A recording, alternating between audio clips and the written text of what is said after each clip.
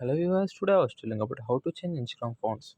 For that we need to go to Instagram account and here I was typing on your story and here I was clicking on camera. After clicking camera, I was taking a dark image or I was choosing a one picture.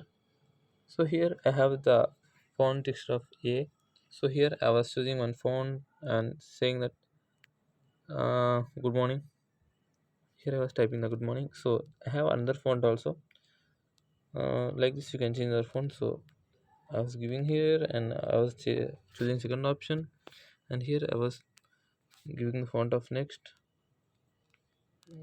One font is fixed. I was clicking on done and I was choosing another font and here I was clicking on again this high and again I was clicking on done and again I was clicking on another font and I was giving another text, and like this you can change different types of fonts in Instagram account. I was choosing another font, I was giving another.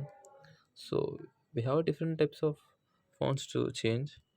So like this you can change any font if you like, and if you like to change the color also we have the different types of colors to change in Instagram account. And like this you can change the different types of fonts on Instagram account. Thank you.